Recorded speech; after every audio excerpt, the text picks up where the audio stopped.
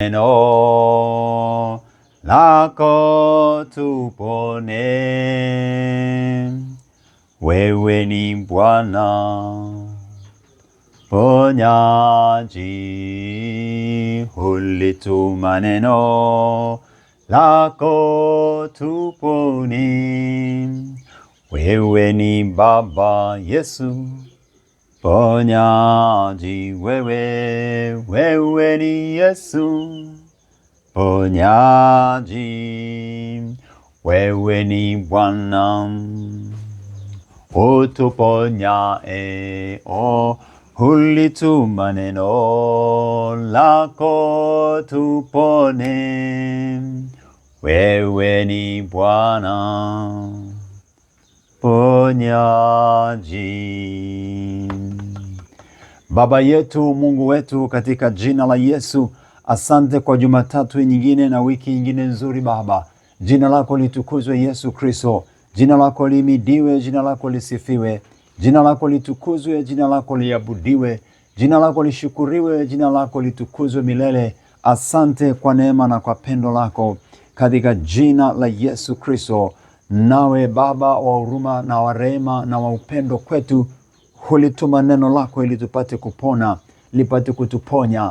Naomba liruhusu tena kwa Tanzania, liruhusu tena kwa watu wako wote walioko duniani, wa kuaminiwa, wa kutafutao Bwana, wa kutumainiwa. Hawatatayarika, hawataibika, hawatafedheshwa. Asante ya kwamba unawapa kushinda na zaidi ya kushinda. Asante kwamba umekusudia mema kwetu, wala si mabaya, katika jina la Yesu. Asante kwa sababu kwa ajili ya huyu mpendwa anayekuamini au anayekutafuta, atakupata, atakuona katika uweza wa jina lako, katika damu ya Yesu na kwa jina la Yesu Kristo wa Nazareti. Utukufu na nguvu ni zako Jehova Baba. Haleluya.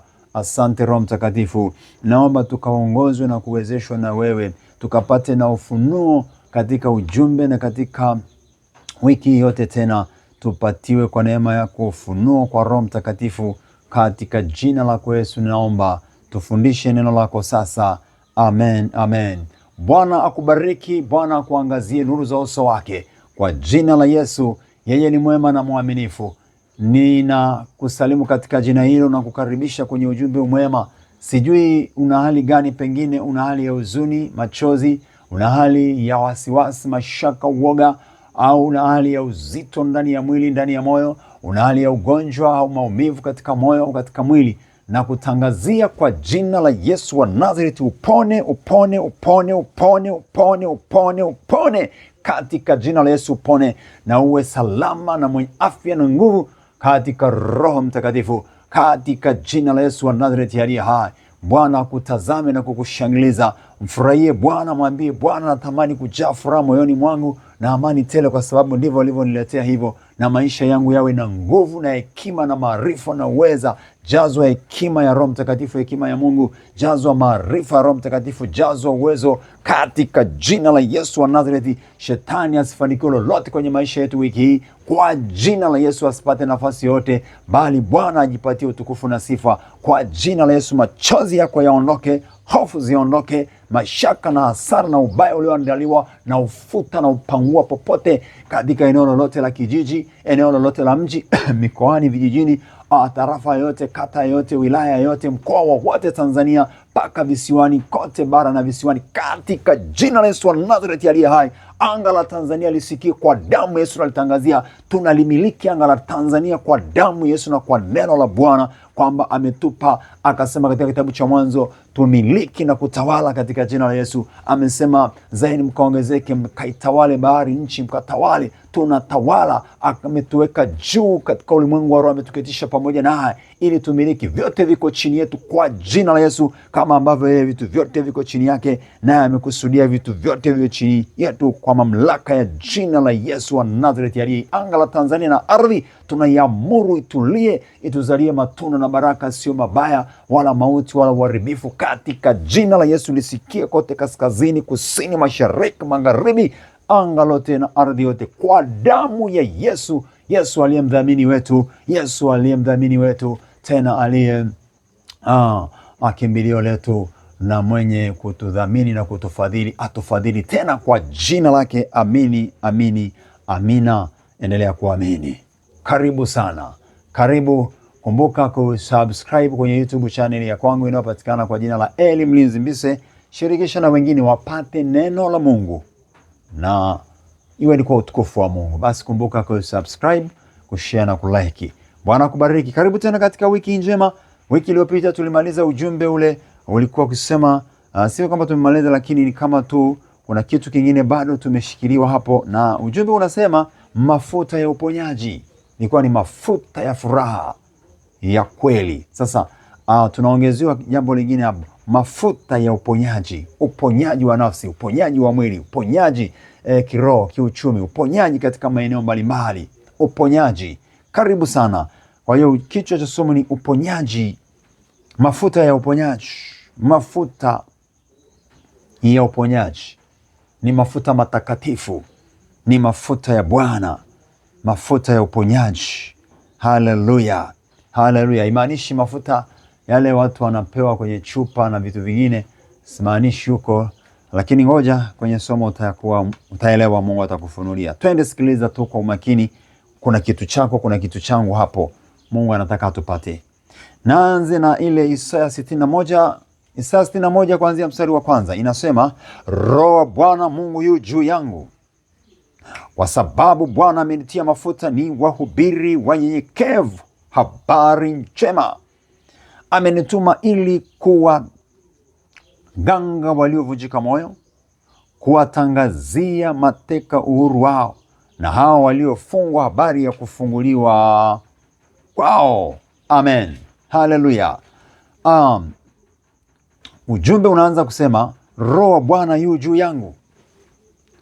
Na Roho wa Bwana anapokuwa juu yake, ndipo anaweza kwenda kuifanya kazi ya kuponya, ya kufungua, ya kutakasa, ya kuondoa watu kwenye vifungo mbalimbali, kimwili na kiroho, kuondoa watu kwenye mateso mbalimbali, mioyo iliyoumia na kujeruhika. Kwa sababu anasema habari njema ni habari njema, wanyenyekevu wazisikie. Wahubiri wanyenyekevu habari njema, watu walionyenyekea, watu wanaokubali, wanaomtafuta Mungu, waliokubali kusema ninanyenyekea kwa Bwana, mhitaji kumuona Bwana, nahitaji kumuona Bwana Yesu. Naam, habari njema. Anasema amenituma ili kuwaganga waliovunjika moyo, kuwaganga waliovunjika moyo, kuwaganga waliovunjika moyo, kuwatangazia mateka uhuru wao, na hao waliofungwa habari ya kufunguliwa kwao. Mafuta ya uponyaji. Kwa hiyo kazi aliyokuja nayo ni kuponya watu kutoka nguvu za giza, kutoka nguvu za magonjwa, kutoka nguvu za mateso. Ukisoma Matendo ya Mitume pale sura ile ya 10, anaeleza pia jambo linalofanana na hilo kabisa. Kwenye Matendo ya Mitume sura ile ya 10 na mstari wa 38. Matendo ya Mitume 10:38. Habari za Yesu wa Nazareti, jinsi Mungu alivyomtia mafuta. Amen. Jinsi Mungu alivyomtia mafuta kwa Roho Mtakatifu na nguvu, naye akazunguka huko na huko akitenda kazi njema rasenemo. Akitenda kazi njema na kuponya wote walioonewa na Ibilisi, kwa maana Mungu alikuwa pamoja naye, na kuponya wote. Kuponya, anawaponya nafsi zao, miili yao, maisha yao yatoke kwenye mateso, kwenye uchungu, kwenye utumwa mbaya, kwenye vifungo vibaya, na wawe huru. Kuponywa, walioonewa wasionewe. Na ametaja tena mafuta, amemtia mafuta. Mungu amemtia mafuta kwa Roho Mtakatifu. Kwa hiyo tunatiwa haya mafuta kwa Roho Mtakatifu. Mungu alimtia mafuta kwa Roho Mtakatifu. Kwa hiyo tunapakwa mafuta kupitia Roho Mtakatifu ili kazi ya Bwana ifanyike, ili kazi ya adui iharibike, ili wewe na mimi tuwe wenye nguvu na uwezo wa kusambaratisha cha shetani na wa kusimamia kweli ya Bwana na kuyatenda mapenzi ya Baba yetu wa mbinguni katika jina la Yesu. Ndipo anatuonyesha tena hapa, ilianza ni unabii katika Isaya mambo haya, na hata Agano Jipya linakuja kuthibitisha. Roho Bwana yu juu yangu, ameniweka kwa ubiri wanyenyekevu, amenitia mafuta ni wahubiri wanyenyekevu habari njema, amenituma niwahubiri habari njema. Amenituma ili kuwaganga waliovunjika moyo. Angalia sana neno hilo, kuwaganga. Mganga, madaktari. Kuna madaktari ambao mtu akiwa na ugonjwa na vidonda anaenda kuponywa, anaenda kupewa matibabu, anapona. Na anapona kupitia uwezo wa jina la Yesu. Pamoja na kwamba madaktari wameweka mikono yao, lakini uponyaji unatoka kwa Yesu. Sikiliza, ni kwa Yesu.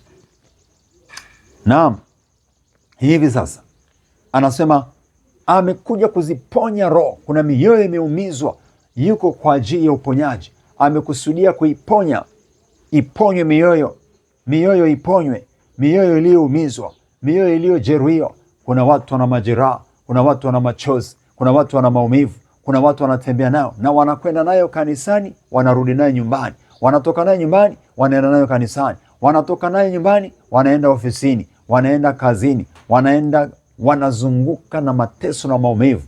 Bwana alikuja ili watu waponywe kabisa. Waponywe nafsi, waponywe roho, waponywe. Tuponywe kabisa. Tusitembee na maumivu. Usitembee na maumivu kwa sababu Bwana amekuja. Sasa anasema mafuta ya kuponya. Kuna mafuta ya kuponywa. Ili upate kupona unahitaji kupakwa mafuta na Roho Mtakatifu. Ili vidonda vya mioyoni vipate kuponywa au hata magonjwa yapate kuondoka, tunahitaji mafuta ya kutiwa na Roho Mtakatifu, kama alivyosema kwenye Matendo ya Mitume 10:38. Mafuta ya uponyaji, mafuta ya uponyaji, mafuta ya uponyaji. Kuponywa moyo, kuponywa nafsi, kuponywa maisha, kutoka maisha ya dhambi, kutoka maisha ya magonjwa, kutoka maisha ya maumivu. Kuna watu wana maisha ya maumivu. Sasa yako mafuta ya uponyaji.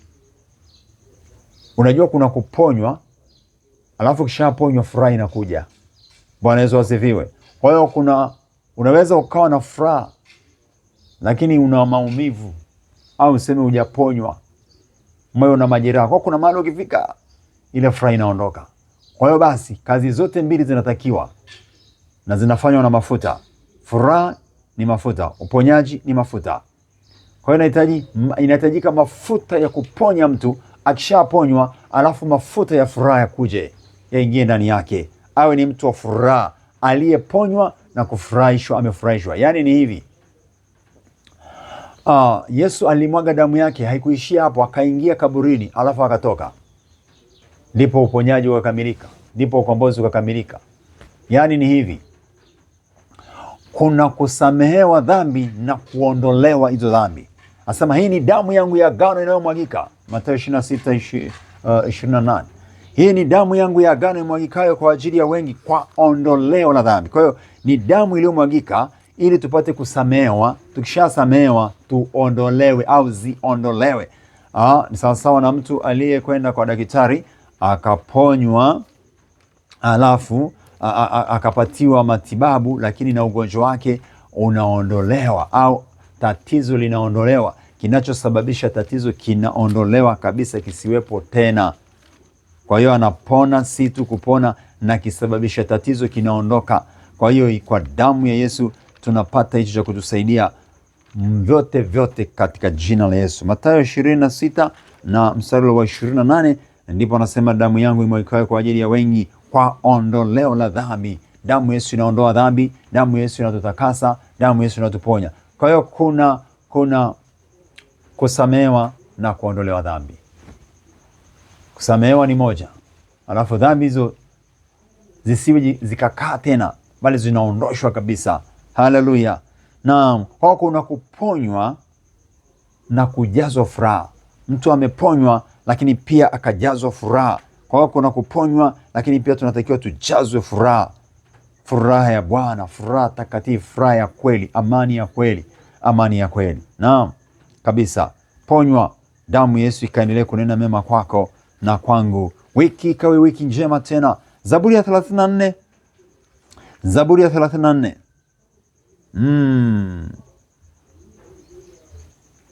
Acha nianzie mstari wa 17. Zaburi ya 34. Tutasoma wa 18 hasa, lakini pia niendelee na ule, nianzie wa 17. Anasema walilia naye Bwana akasikia, akawaponya na taabu zao zote. Walilia, Mungu akasikia, akawaponya na taabu zao zote. Mstari wa 18, Bwana yu karibu nao waliovunjika moyo na waliopondeka roho huwaokoa, na waliopondeka roho huwaokoa. Mstari wa 19, mateso ya mwenye haki ni mengi, lakini Bwana humponya nayo yote. Huihifadhi mifupa yake yote, haukuvunjika hata moja. Mateso ya mwenye haki ni mengi, lakini Bwana humponya nayo yote. Ponyaji. Bwana yu karibu nao waliovunjika moyo. Wakamlilia Bwana na Bwana akawaponya na taabu zote.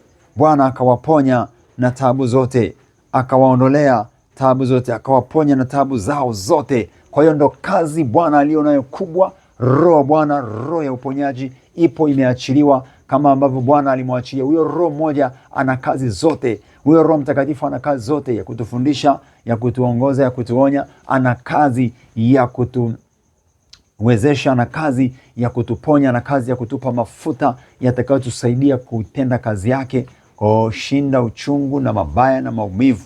Kwa hiyo kwa jina la Yesu tunahitajika kuponywa kabisa. Naam, asema Bwana yuko karibu na waliovunjika moyo. Kuna watu wamevunjika mioyo, tena hata kwenye kanisa, uko kwenye siasa, uko serikalini, katika dunia hii kuna watu wamevunjika mioyo, wameumia mioyo, wana mateso katika mioyo yao. Na sasa kwa sababu wana mateso katika mioyo yao, Bwana anasema yeye ni mponyaji. Mimi ni Mungu nikuponyaye, anena Bwana. Mimi ni Bwana nikuponyaye, uniponye yeye Bwana, nami nitaponyeka. Anasema katika Yeremia, mateso ya mwenye haki ni mengi, lakini Bwana humponya nayo yote. Yako mafuta ya kuponya, kama alivyosema katika Isaya 1:5, Isaya 1:6, Isaya sura ya 1 mstari wa 6, anaeleza habari za mafuta ya uponyaji, kuponya vidonda, yanalainisha vidonda. Isaya 1:6, mafuta yanayolainisha. Yako mafuta ya kulainisha, ya kuponya maumivu yaliyo ndani. Kwa hiyo kuna mafuta ya uponyaji na mafuta ya furaha.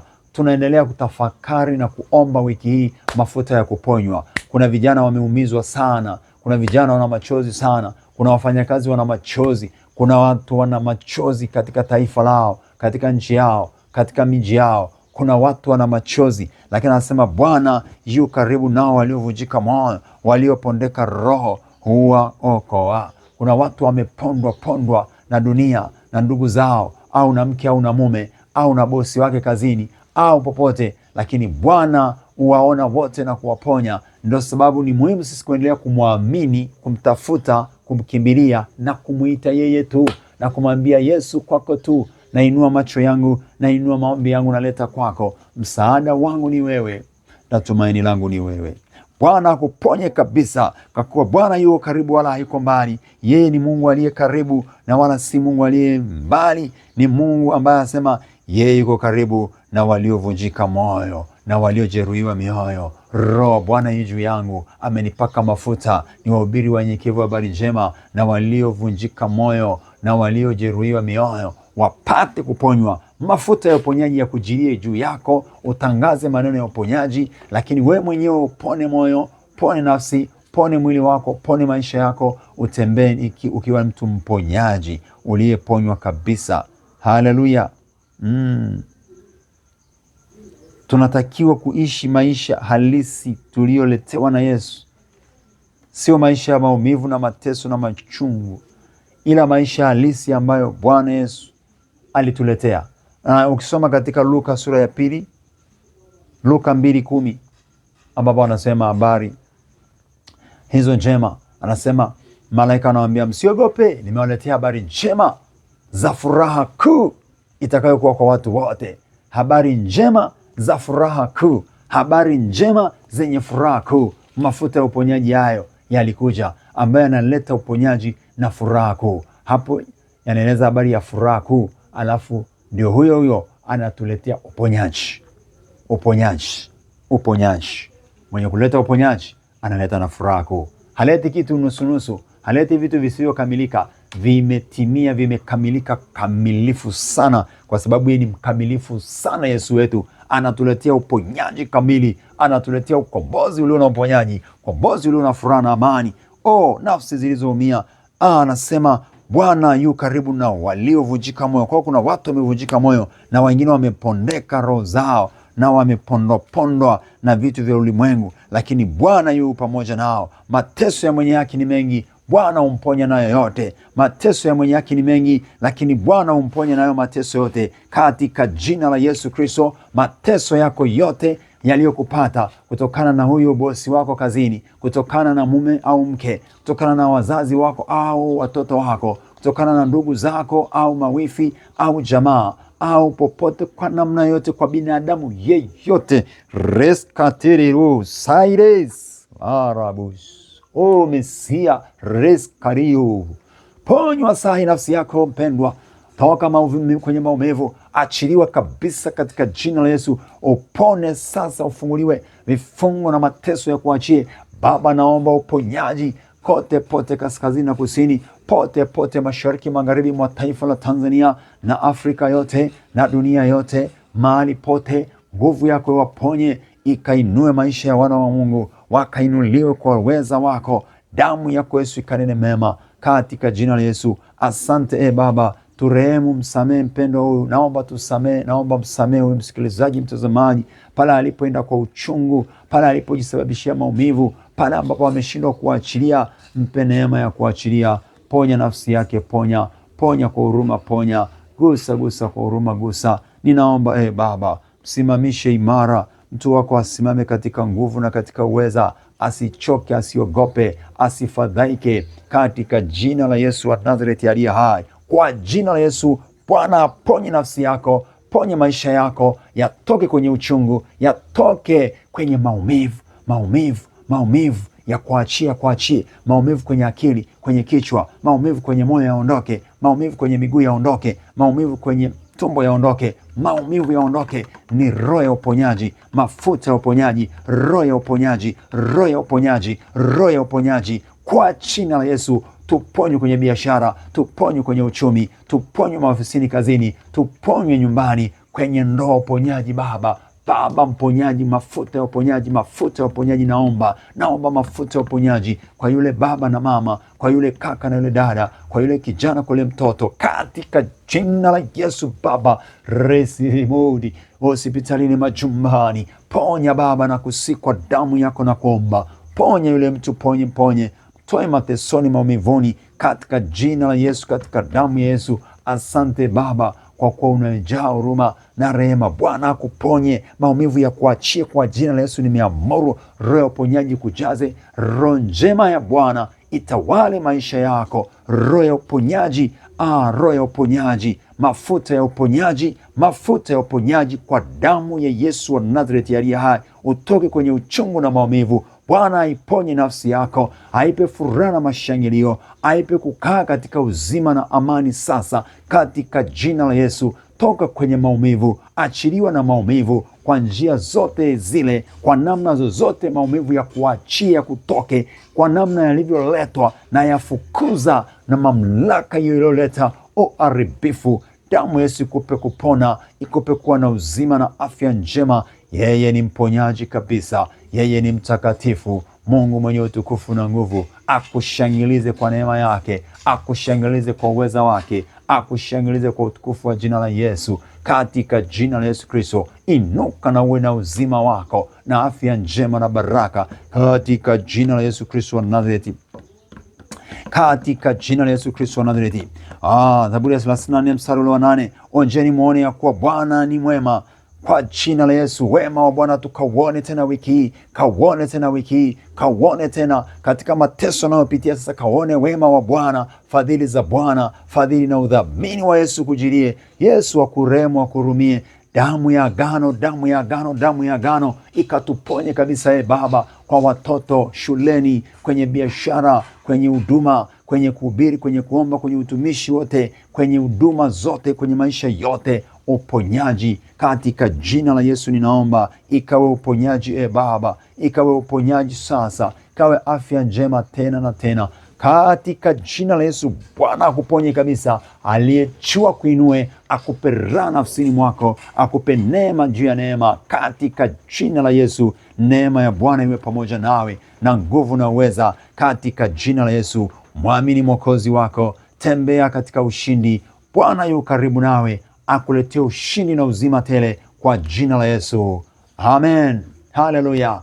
Bwana akubariki na kujaza neema. Endelea kutuombea nasi katika huduma hii na ile huduma ya kwenda vijijini kuhubiri Injili. Tunaendelea kujiandaa, naomba endelea kutuombea na kukubali kushiriki kazi kwa namna zote ambazo Biblia imetuelekeza, ambapo makanisa ya Makedonia, makanisa ya wapi, anasema Paulo, walitoa sadaka.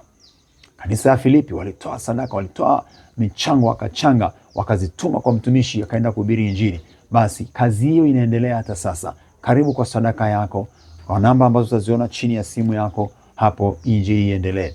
Lakini pia karibu sana, kumbuka kusubscribe kwenye YouTube channel hii na shirikisha wengine, ili kazi ya Yesu ifanyike pia. Ubarikiwe tele na kujazwa. Endelea kutulia nguvuni mwa Bwana. Mafuta ya Roho Mtakatifu yaendelee. Endelea kumtolea Mungu sadaka, ibada, maombi. Usiache kusoma Biblia.